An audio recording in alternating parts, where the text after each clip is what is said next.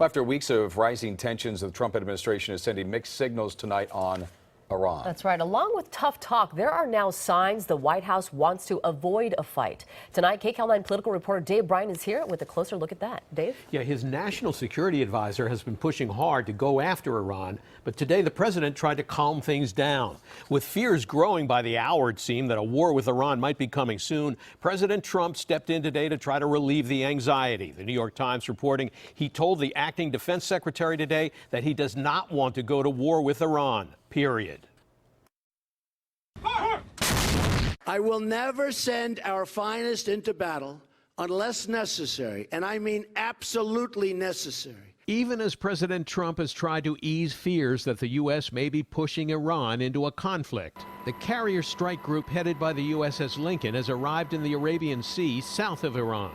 An aide to Defense Secretary Shanahan says the president had told him he does not want war with Iran. Mr. President, are we going to war with Iran? Earlier in the day, the president tweeted, "I'm sure that Iran will talk soon."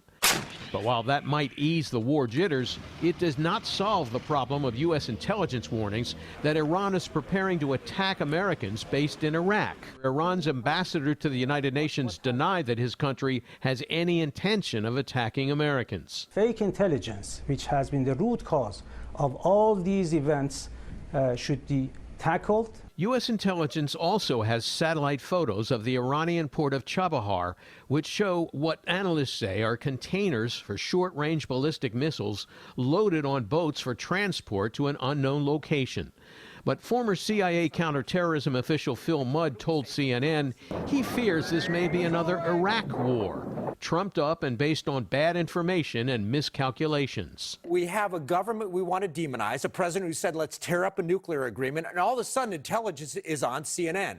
I smell a rat, Aaron. On the other hand, Republican Senator Tom Cotton, who's on the Intelligence Committee, told CNN the concerns about Iran are very real. The Department of Defense has recommended, and the president has agreed, to deploy an additional aircraft carrier strike group to make sure that the Ayatollahs in Tehran recognize that if they were to take military action against U.S. personnel or allies in the region, there would be grave consequences to pay. But some powerful Democrats and Republicans say they have not been informed by the White House. I have no idea what the threat stream is beyond what I read in the paper.